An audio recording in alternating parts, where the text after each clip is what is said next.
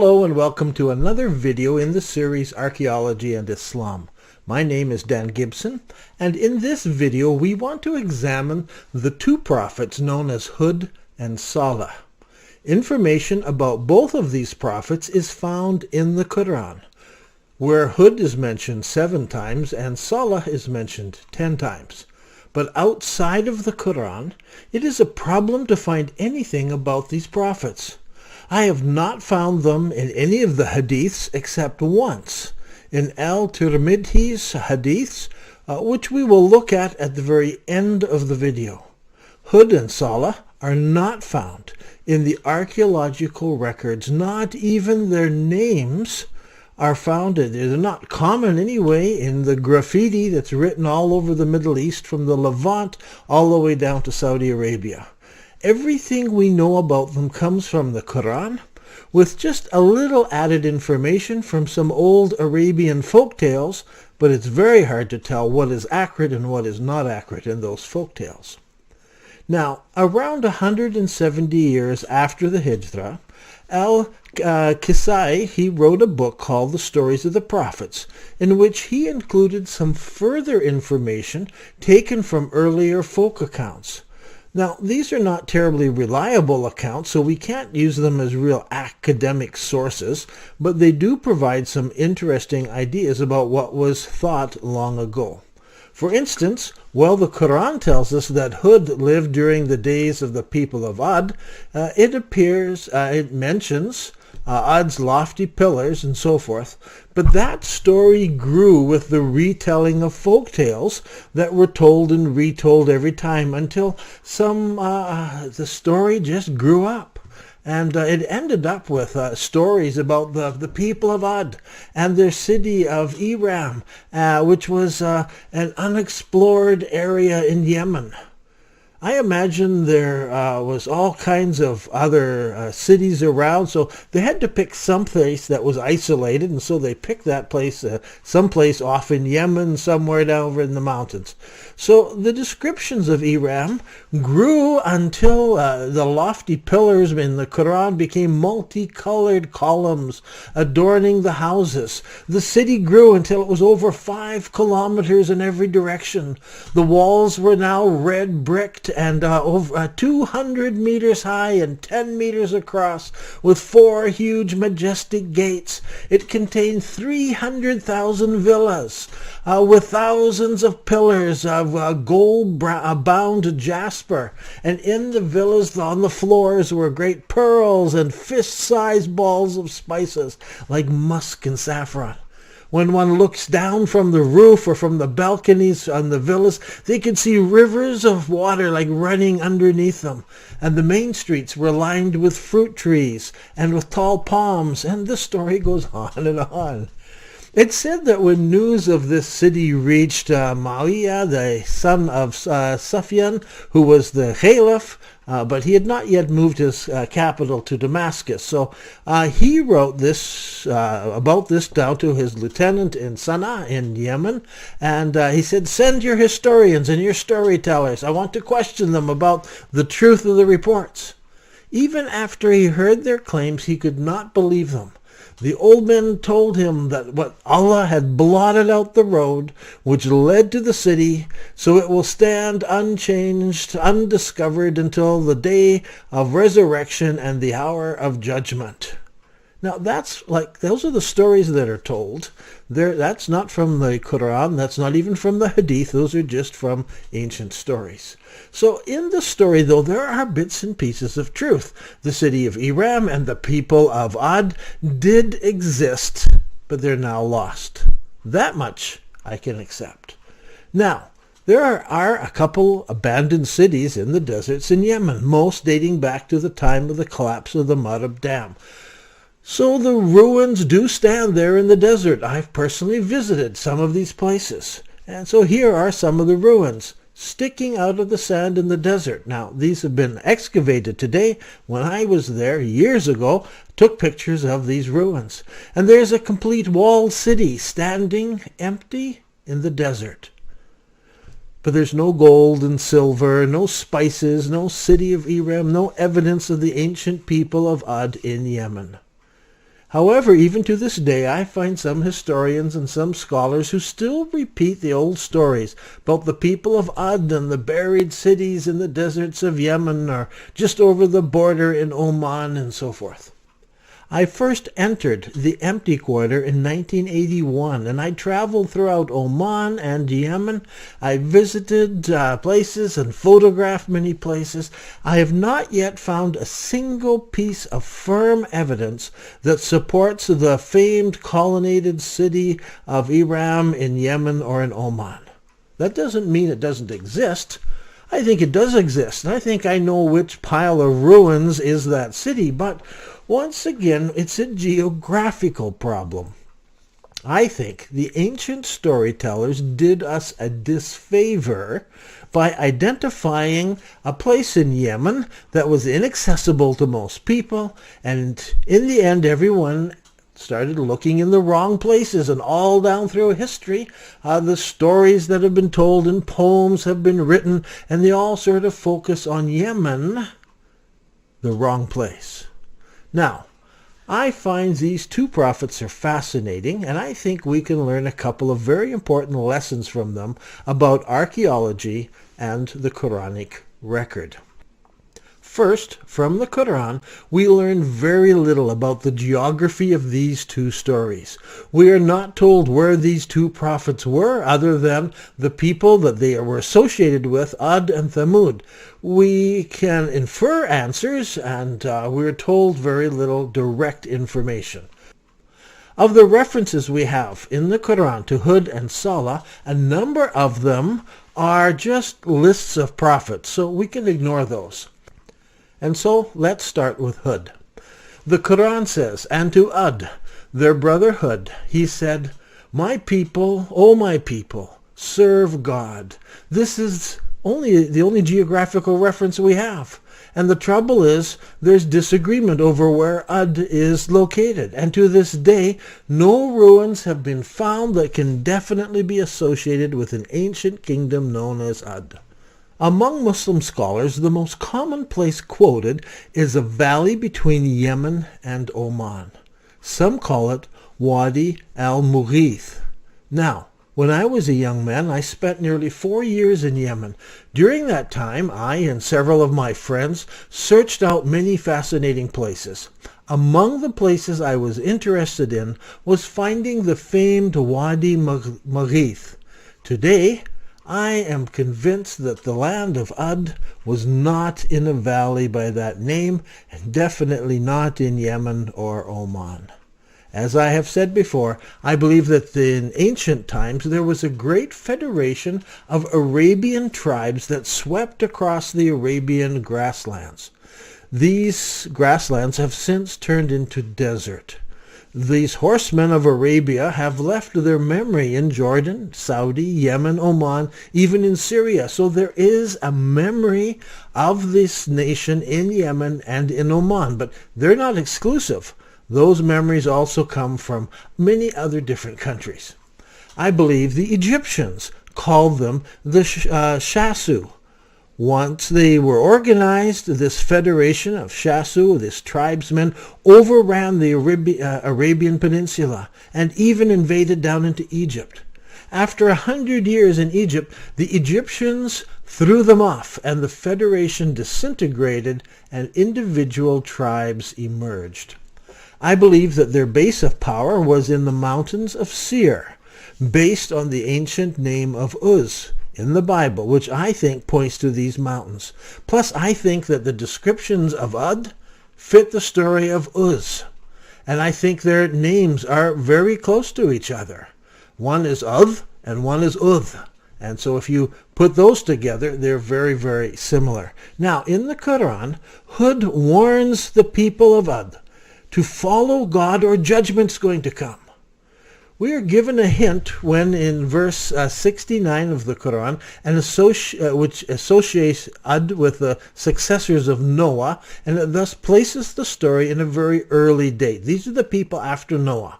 I place the formation of this federation somewhere between 1680 BC and 1580 BC, when at the end, Ahmosi, the first of Egypt, he defeats them and he expels them and throws off this federation of Arab tribes, which breaks up then, and individual nations of Edom, the Amalekites, Moab, Midian, the Amorites emerge. It's at this time that the Hittites and the Hivite people also begin to emerge, although the Hittites, who moved north, will not reach their zenith for another 200 years.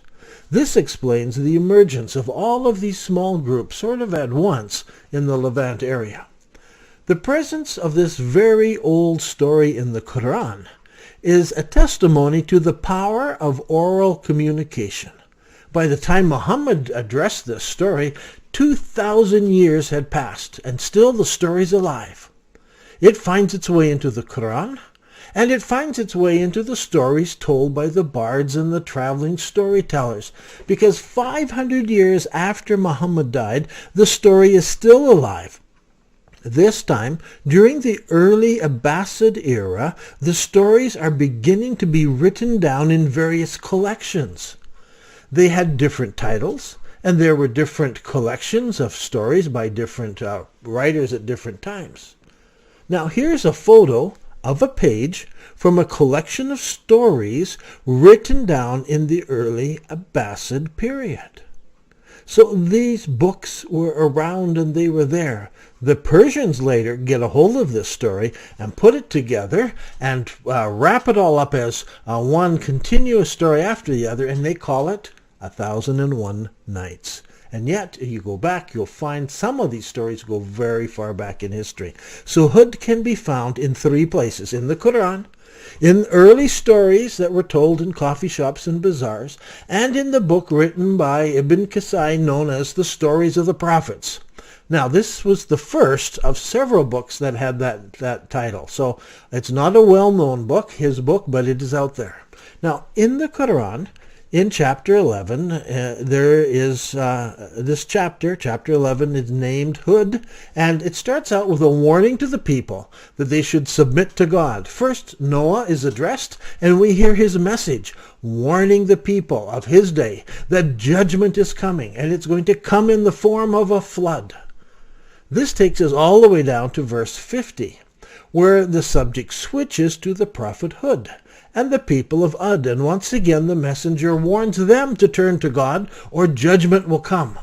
Chapter 11, called Hud, does not tell us what that judgment will be. It's not until we get to chapter 26 in the Quran that we begin to learn more about the people of Ud and what happened to them. Again, Hud comes as a warner, and in this chapter it repeats much of his message, and we are told in verse 128 that the people of Ud built on every high place. This is significant because it signifies mountains and high places. It also refers to pagan altars being built on these locations. So I have visited many of these kinds of altars in the Middle East. High places. Here is one, and here is another one. Now this altar has 2 parts to it. One for the killing the animal and draining the blood, and the second altar for burning the animal. The Quran tells us that the people of Ud started to build altars on the high places and even strongholds in the mountains. Between the mountains were valleys with gardens and springs of water. So Ud lives in a mountainous country with lush valleys. And they made altars on the mountains. Then it adds, "Dost thou not consider how thy Lord dealt with Ud, with many-columned Iram, the like of which was not created in the land?"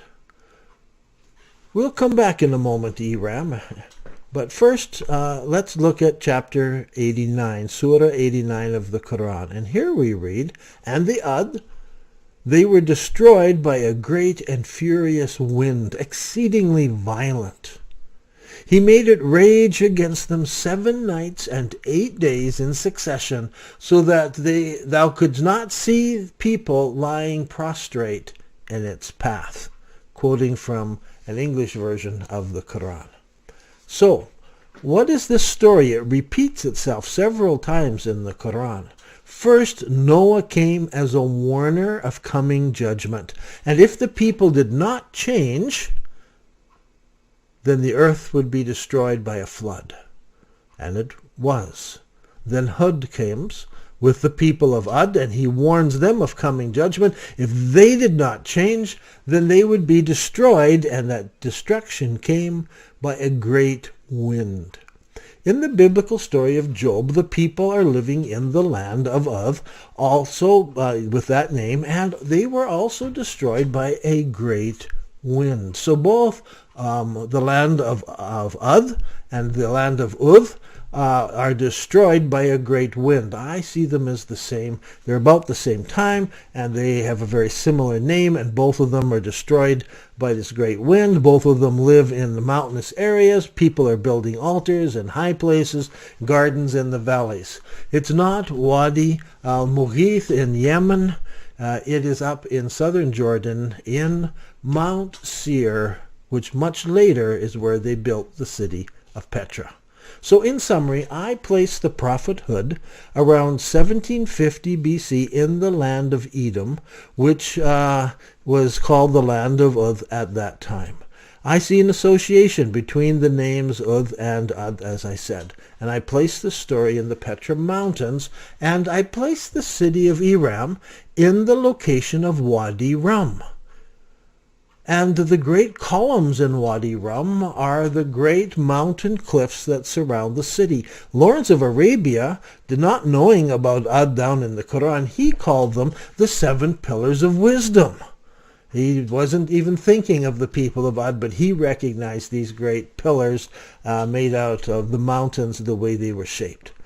Since these surahs are called Meccan surahs, they would have been given in and around the city of Petra.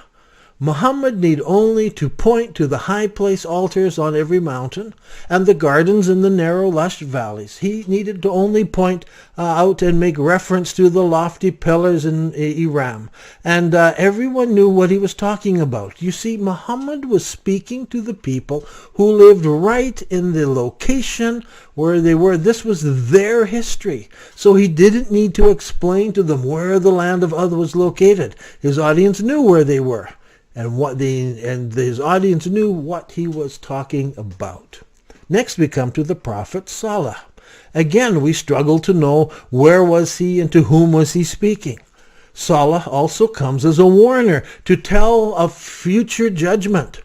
But he comes to the people of Thamud. In this case, I understand the name Thamud to be made up out of 2 words. Tham, which means before, and Ud, there again, is the people of Ad, or the people of Uz, or just called Thamud, the people who come after Ud, and this is put together, and this is the people of Thamud. And we have a problem finding a tribe called Thamud, because there is no tribe named Thamud. It simply references the people who took over the area after the people of Ad.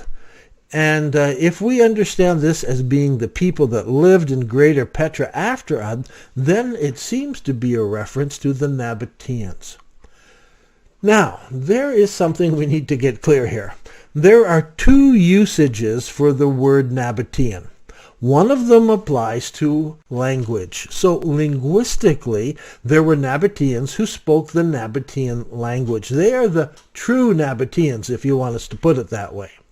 But there's another group of Nabateans, and they include all those people who joined with the Nabateans, or who were part of a federation of tribes that worked and cooperated together in the deserts of Arabia.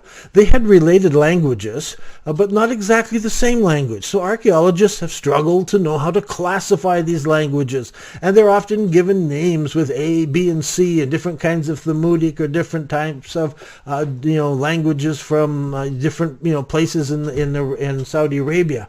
They're trying to figure this out, Yet Thamud, I think, simply refers to the people who came after the people of Ad. So we're not thinking here linguistically, we're thinking of a political federation.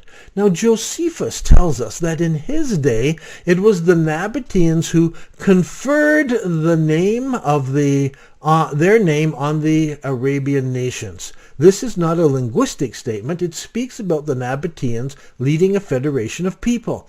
These people had grouped together for various reasons: cooperation in trade, a defense against outside threats, such as the growing strength of the Romans in the Middle East. So Josephus tells us that this group is there, these Nabateans. He says specifically, quote, "It was the Nabateans who conferred their name on the Arabian nations," unquote. So this is not linguistically, we're talking about a group of people gathering together, but under the name Nabatean. So Muhammad does not use the name Nabatean here. He is speaking of something else, much larger than the ethnic linguistic Nabateans.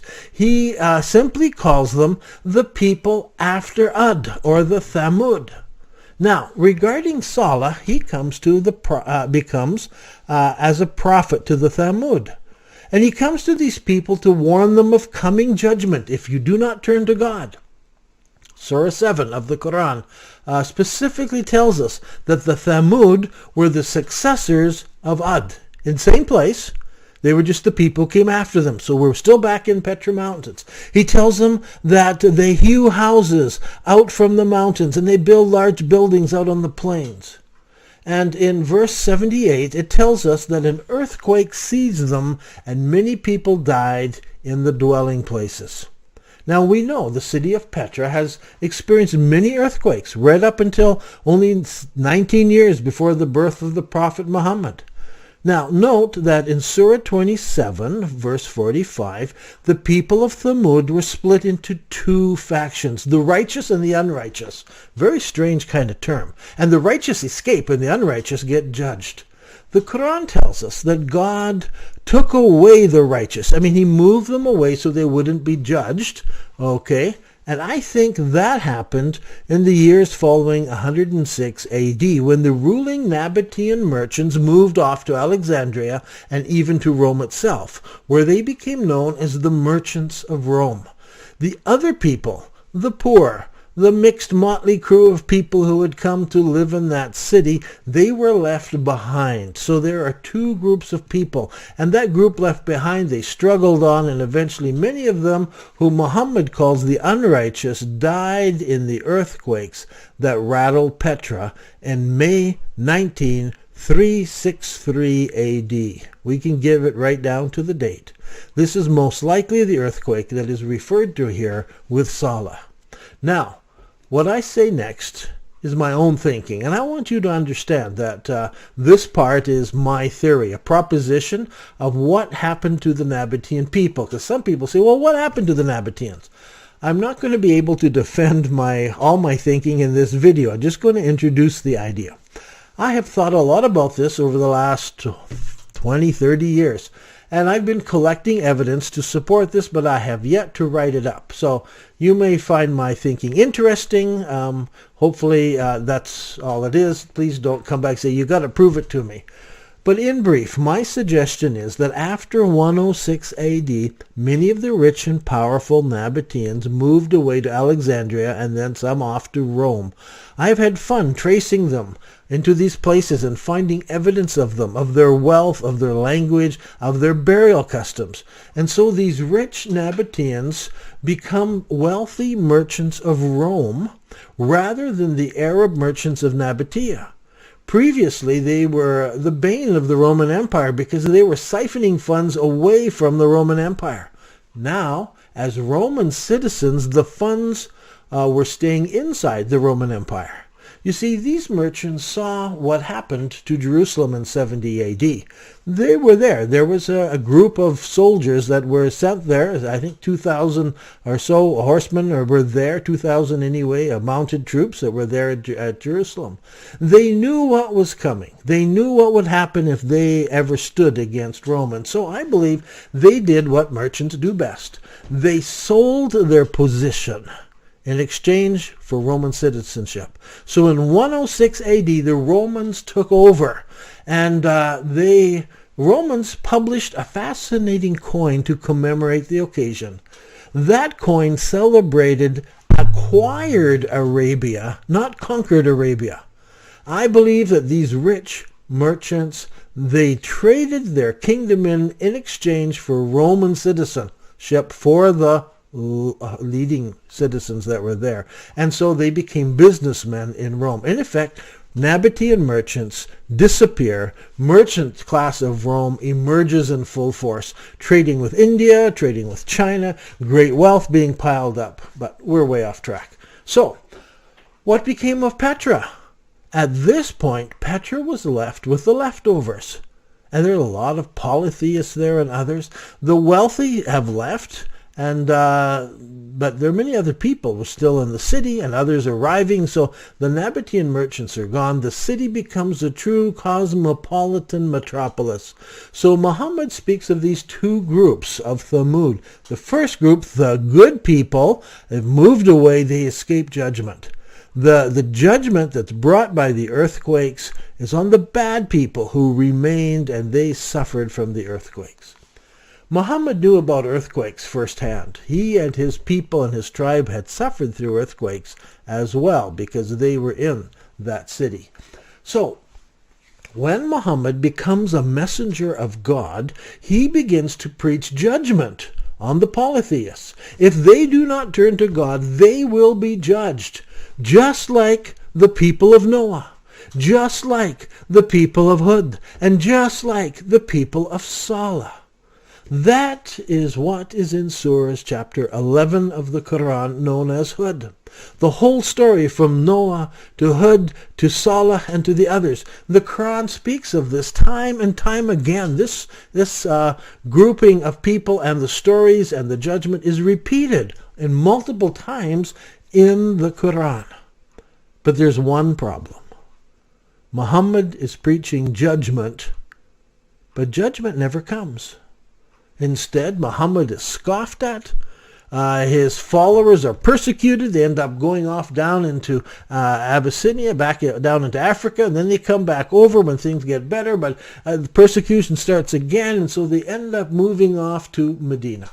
Now, in Al-Tirmidhi's hadith, we said we'd get back to this hadith, there is an interesting story, so I'm going to read it for you, just so you get it. It says, when some people remarked to Allah's messenger, peace be upon him, that he had become gray-haired, he replied, Surah Hud and those which are similar to it have made my hair gray.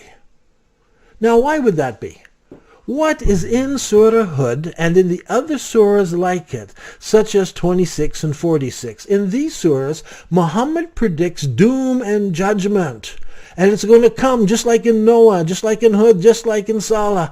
Judgment is going to come, but in the end, no judgment came. So he had to go to Medina with his followers without seeing judgment coming on the original city. But something happened in Medina. You can see it more clearly in the Quran if you group the surahs in the Quran in a chronological order as they were revealed, rather than from the longer ones to the shorter ones. In Medina, Muhammad's message begins to change. He no longer preached God will bring some catastrophe. Slowly he begins to see that his men and his army will bring that catastrophe. So they will be the means of judgment. Judgment will come, but it will come at the hands of the Muslim forces who will bring God's judgment on others. And this is the theme that goes all the way through history of the Muslims as they come and bring this judgment. So, we could spend a lot of time digging around in Hud and Salih and so forth, and we could dig into those folk tales. Maybe we will sometime have time to examine them and what they say about the land of Ud and so forth. So up to this point, I've been talking about the prophets. Now, I have 2 more videos I want to do in this series, and then we will change our focus, and we are going to start another series. And I'm going to want to call that Early Islamic Qiblas. And we want to examine in each episode a couple of the mosques that are already in the database. And then we want to add 1 or 2 new mosques that we haven't talked about, you haven't seen listed in the database, because some of you listeners have been going out and measuring mosques that live close to you and writing back to me and saying, have you checked this mosque? What about this mosque? And so those keep coming in. And so now I have a whole collection of these. And so I thought it would be fun if we could make some videos. We will look at some we've already examined that are in the database, and then we'll add 1 or 2 of these others. And each week we will have a chance to look at some of these mosques. Where did they point? Did they point to Petra? Did they point to Mecca? Did they point in between? Or are they simply that people locally had their own ideas, and maybe here locally they went here, or maybe it was somewhere else? We'll have a look and we'll delve into some of those ideas and see what we can learn from the early Islamic Qiblas. But first, 2 more videos in this series, and then we will start on the new series. So I'm Dan Gibson, and this has been another video in the series Archaeology and Islam.